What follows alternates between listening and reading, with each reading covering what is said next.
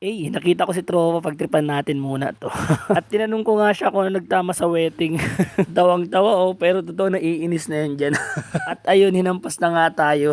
Pero joke lang tropa natin. At dito nga nakita ko yung mga tropa nating nagagawa sa kalsada. Ayan, shout out sa inyong lahat. Sana'y maganda at maayos yung gawa nyo. Charis! Pero saludo pa din ako sa inyo kasi lumalaban kayo ng patas. Basta patas lang, kampi-kampi tayo dyan mga tol. Hi, good morning. This is Ron TV and for today's video mga tol, samahan nyo akong bumili ng ulam sa diet. Let's go! And ngayong umaga is Monday mga tol. Ayan, may bagyo tayo at tinamad tayo magluto at syempre may nag-sponsor ng pambili sa atin ng ulam which is ang ate ko. So ang ambag ko dito mga tol is bibili na lang. So sino ba naman tayo para tamarin? Bibili na lang at kakain na lang, di ba?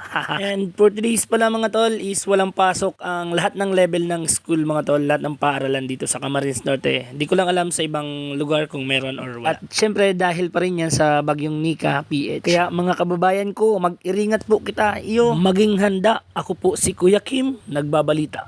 Pero seriously, mag-ingat po kita at syempre maging ready sa mga pwedeng mangyari sa bagyong ini. And ito na nga mga tol, dito na tayo sa Harimanok mga tol, dito sa katabi ng Lakong Solasyon College mga tol, which is dito talaga ako bumibili ng manok. At dito nga pagbugan ko pa lang sa tindero is biniro ko siya na uutang ako ng manok. Sabay lingon sa akin at tawa. Nagulat ata. Pinaalam pa nga niya dun sa kasama niya na tol, uutang daw siya ng manok. Sabi ko sa Pasko na yung bayad.